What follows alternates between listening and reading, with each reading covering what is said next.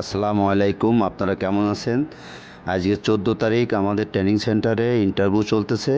তো ইন্টারভিউতে এখানে পাইপ ফিটার, ওয়েল্ডার এবং কিছু জেনারেল যে সমস্ত ক্যান্ডিডেট আপনারা ইন্টারভিউতে টিকবেন না, আমি তাদেরকে অনুরোধ করব যে আপনারা অবশ্যই কাজ শিখে যাবেন। যেখান থেকে হোক আপনারা ভালো একটা কাজ শিখে যাবেন, কারণ স্কিল একটা আলাদা মজা আছে। স্কিলে অনেক বেতনও বেশি হয়।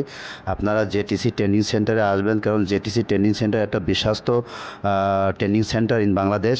এবং জেটিসি ট্রেনিং সেন্টার হচ্ছে আপনার এনএসডিএর অ্যাপ্রুভ এবং কারিগরি শিক্ষা বোর্ডের আন্ডারে প্রতি মাসেই পরীক্ষা হয়। এই সার্টিফিকেটটা অনেক মূল্য। তো আপনারা অনুগ্রহপূর্বক, আশা করি আপনারা আমার কথাটা বুঝছেন।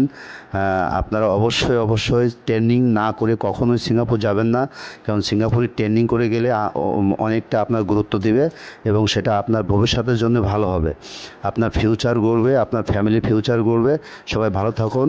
আল্লাহ হাফেজ। ধন্যবাদ সবাইকে।